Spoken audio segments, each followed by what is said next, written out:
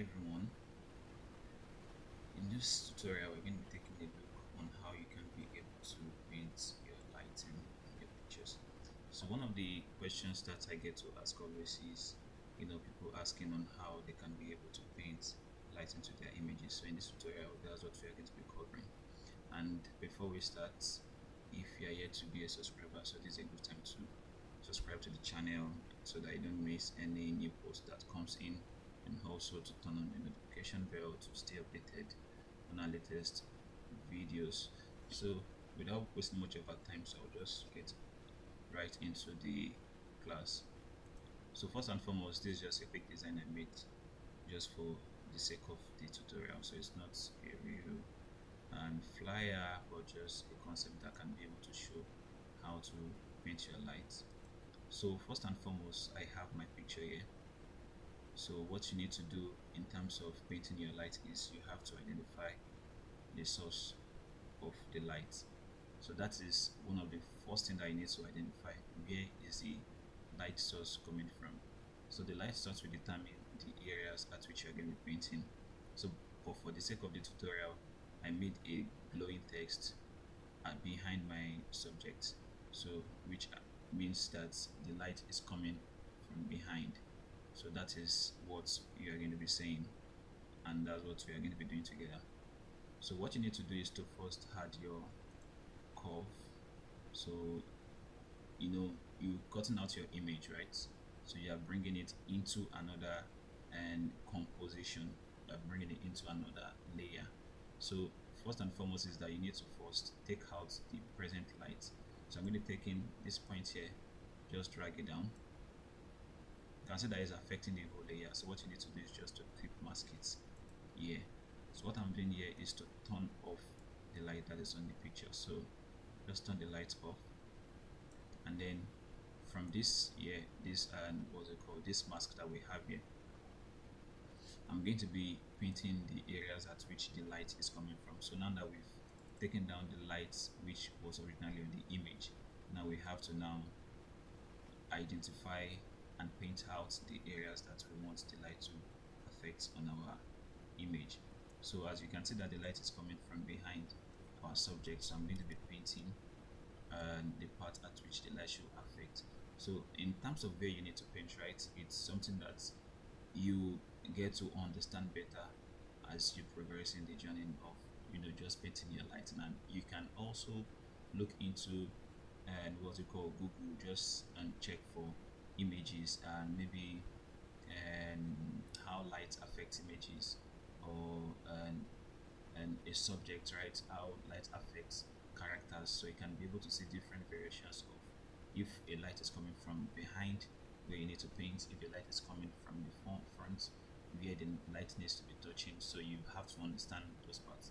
So but you get to understand as we progress in this. So I'm going to be painting and part of the areas which I believe the light should affect if truly the light is coming from behind. So first thing is that you want to, I'm going to be painting just firstly the edges. So that's once I had the curve and taking down the light on my pictures.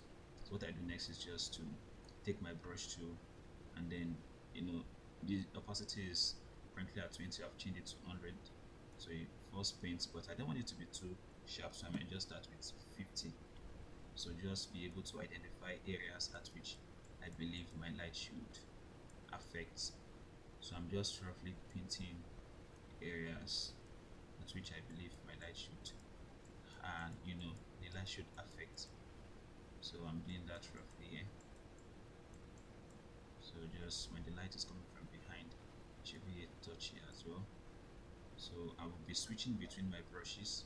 So this is my background is set to and black, while my foreground is set to, yeah, so it's set to white. So I will be switching between both of my layer so that I can be able to erase out the parts that maybe I've overly painted. So I can just switch with my X button to just clean out the part I don't want the light to touch. So that's what we're going to be doing here, just your brush tool. So I'm using this soft round brush, and then with my um, foreground rather, so my foreground is set to white while my background is So now I need to just paint more. So switching with my X key. So painting the areas I want the light to affect. So I can change from 50 to 70, and then just paint part I believe the light should just affect. So after I'm done with this, I'm going to move to the next step. So I'm going to change my opacity to something around 20, and then just roughly paint around, you know, parts of the pictures.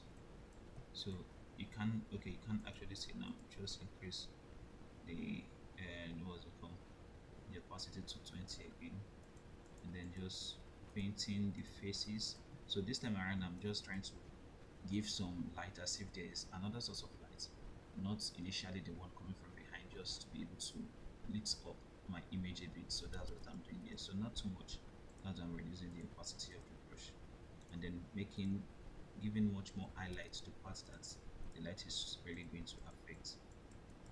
So yeah, so we have the basis of color now. So if I hide the lights, the curves that we've added, you see the difference. You can see here that we only focus on the areas that the light should affect. So I'm going to add to this part as well. I want the light to touch on this part too. So just a bit here, and then more on this side because the glow is coming from behind, more on this side. All right. So what next? So what we're going to do is now is going to add a solid color. Let me just drag this here. I'm going to be adding a solid color. So in this solid color, I'm going to be masking it to the curve as well. So you can just press Ctrl or G on Windows or Command or G on Mac. So I'm going to change my blend mode to screen, and then click on this mask, the white part, and Ctrl I to inverse. So that's going to invert the color. So now I'm going to take my white brush, switch between my palette here, so that the foreground can be white. Since this is black, then we need to paint white on it for us to be able to see the one below. So I'm just switching, just press your X to switch, and then what we need to do is now to paint the part at which the light. So for instance, now why I'm choosing green is because the light behind the screen. So if I'm changing the green behind, that means that I'll be changing the color on the light as well. So the light that is coming behind will definitely be the color of the light that is falling on your image. So I'm going to be painting now the edges of my picture. So I'm going to be painting. So this time around, I'm going to be switching to something around, let's say 80. So then painting the edges. Don't forget it has to be white. And then painting around my edges. So this is just going to be a rough paint for now. So these are so this is just like a backlight, you know. It's just like the 3-point lightning. We have the key light, the fill light, and the backlight. So what we are currently doing now is just the backlight, so that it shows that the light is coming from behind our subject. So we are doing the backlight on the picture. So we're just painting. So you see the edge, there's going to be a little curve here because the clothes goes in between, goes in that curvy line like that. So let me undo and just, yeah, something like that. So switch to the color and then paint that part. So we're going to be painting because if the light is coming behind, we should have the light coming into the body a bit here, and then here is part of it like this, and then paint again, just switching between my X key now to be able to switch from black to white. And then we have this. So of course there are some parts that you have that you need to have some light fall on, but just first paint this part so that the other part that we're going to build on is going to be much more easier. So now I'm coming to this cap now. You need to take the light a bit inside. So sometimes if the selection is not good enough, you can just undo and then come back to it. Okay, so now we need to erase this part a bit, so just create the follow. So come back to this part as well. Let's add the light should reach here. So I'm going to paint inside. So let's look at paint. Okay, so paint inside and then this part. So now we need to switch between our keyboard and then erase some part out like this, and then this here. Let's switch here. So we have this. So you can zoom closer to see what you're painting. Yeah. So I need to add maybe 2% opacity. So it's just to be able to add more light here, and then add. So it's too much here. I can just switch to 1, and then just paint it so it does not look too off. I think this part is not looking good, so I'm going to clean out this part first. Let me just switch to 100. So sometimes if you are painting the light and you notice that some parts are not looking good, you can of course just erase that part out. Let me switch to 80 back and then just paint that side so that everything looks good. Yeah, so I'll just erase this part like this. Okay, and then take my brush again and then paint this part out. Yeah, so I think it's better this way now. So this place looks to be this. Yeah, so yeah, this is better. So just paint this bits. So now that we've established the backlights. So what you need to do next is now to add some other areas. So before then, I think we should also have the light affecting the top of the nose here. So like this. So what you can do next is just to be able to paint some out. Yes, and then reduce the opacity of your brush again and just fade out the light a bit so it does not look too sharp on the nose. So you can clean out this part as well. So I'm adding another one to the tip of the nose here, where we have that highlights on, so the light is going to be having a light touch the part as well. So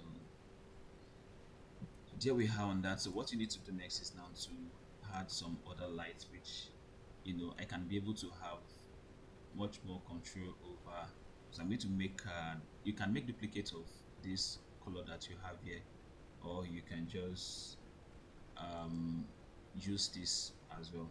So I think I will just use this. So what I'm going to do now is just to increase my brush size and then make the opacity to be 1, the flow is 100.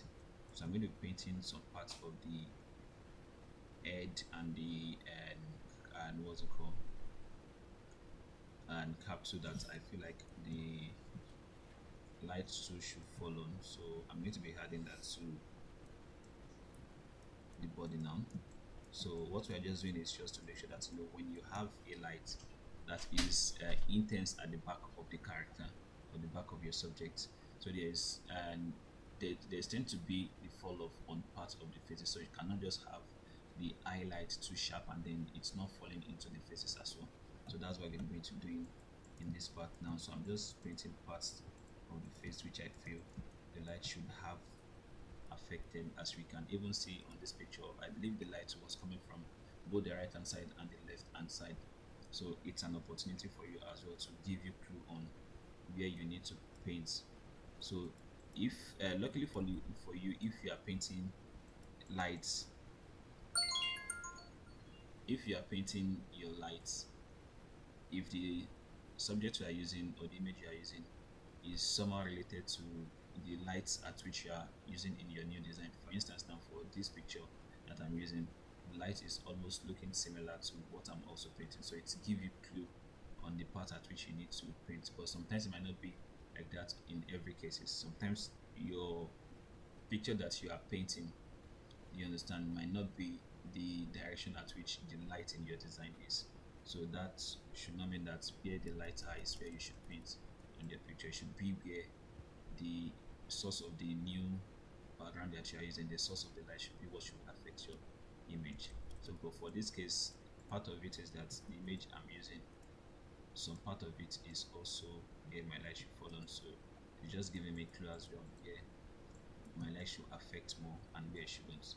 You notice that I'm not painting too much of where the shadows are, because the idea is that I'm not having any light, too much light or much light coming to the face. So it's just the backlight that is having so much effect on the picture. So that's what I'm trying to just, drive at in this picture. So I'm just adding more lights. This part that is very close to the, and what's it called, light source.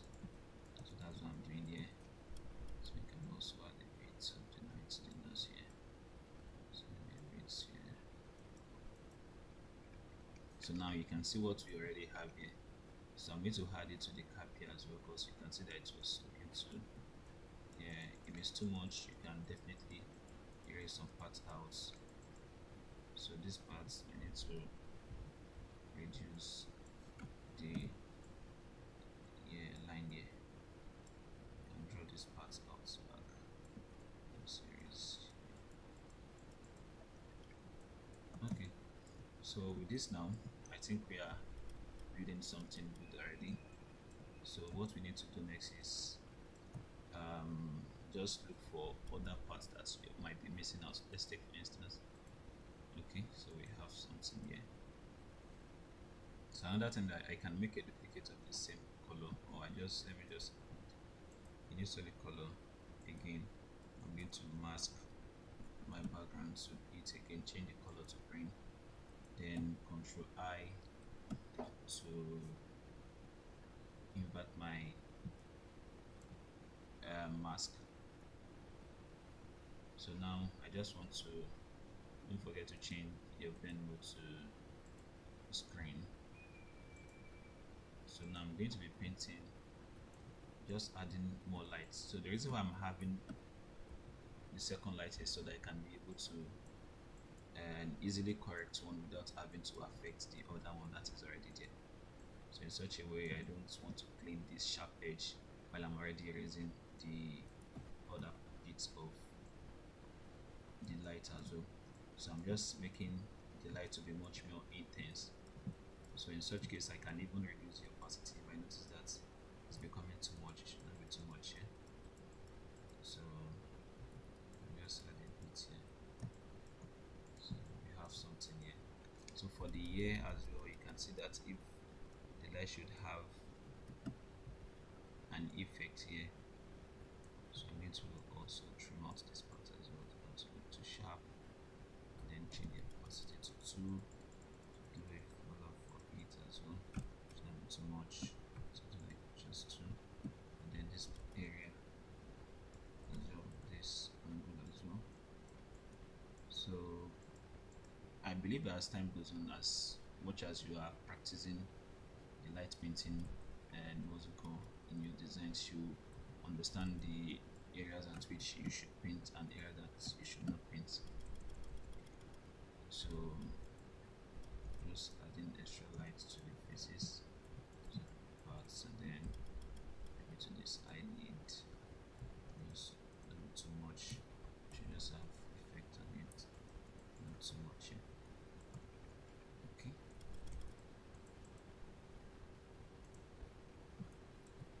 Alright, so now I think we are having something really nice. So one thing I always do as well is now to have a color balance that is, and what's it called, a color balance above the light I've painted, which is going to be the color I want to achieve. So let me just add the green a bit. I just blends everything together. I'm going to show you before and after. Shouldn't be too much, just something like a touch. You can see before, after. So you just make everything to come together. So now that you have this, you can definitely come back to your lights. If you feel like it's too dark or too bright, you can still adjust the light here. So that's the power of what you have here. So here we go. So I believe if we can be able to just properly understand these bits of lights, and as time goes on, as you practice more, every other thing will become, much more easier. And if you notice a part that you are painting that looks too much, you can definitely come back to the layer and reduce the opacity. And for instance, if I'm going to change the color of this text, I can easily change the color of my light as well. So that's one of the easy ways of having, not painting directly on the image, but just using the solid colors. So if you change any parts of the colors, you can also change your light as well. So for this here, I think this is good. So if I'm going to add anything to the image, I can just add maybe a new solid again. So this time around, I just want to have maybe like a touch of a blue, just that light blue on it. So I'm going to put my what's it called, light to, yeah, so linear dodge add, and then invert the, just invert the selection here. So just the parts that we have much more intense light, we can just add, can just paint over that part. So let me put at it at 8. So the part that maybe you have brighter light, you can just touch. You can see this is too much. So maybe change the brush to 3. So this 30, you can see the opacity here. This 30, and then just paint some part that you believe that it's having much more light. To just add that bloom to it. So light bloom. So let me just add there. Let me add the part of this here, this angle. So maybe just a bit here, and then we have maybe a bit to the rim here. We can add some to the edges here. So just make it much more intense at the edges here. Okay. So if you look at the before and after our image, so let's hide everything. So this how the image was before, and then this is what we've been able to achieve. So any part that you feel like is too much, you can definitely come back. You can reduce the opacity. So this is 80. So I think this is much more better. And if your image, you feel like you still need to brighten your image, you can definitely add a curve to the image, mask it to the image as well, and then bring the curve down, mask it to the image, and then just increase the curve just to the curve of it. So yeah, so I think with this you should be able to get something good out of your lighting, and as you keep on practicing, I believe it's going to be much more easier for you. So that will be all for this tutorial. Don't forget to like, share, and subscribe, and also stay tuned. So if you are yet to join the Telegram group, so there is a Telegram group that is the Pishons Academy mentorship, and it's free. So it's free. You can join the group. If you have questions on any of the tutorials, you can drop it there while and we'll reach out to you as soon as we could, to provide you with directions or provide you with what you are asking. So that'll be all for now. Thank you all for joining. See you in the next class. Bye.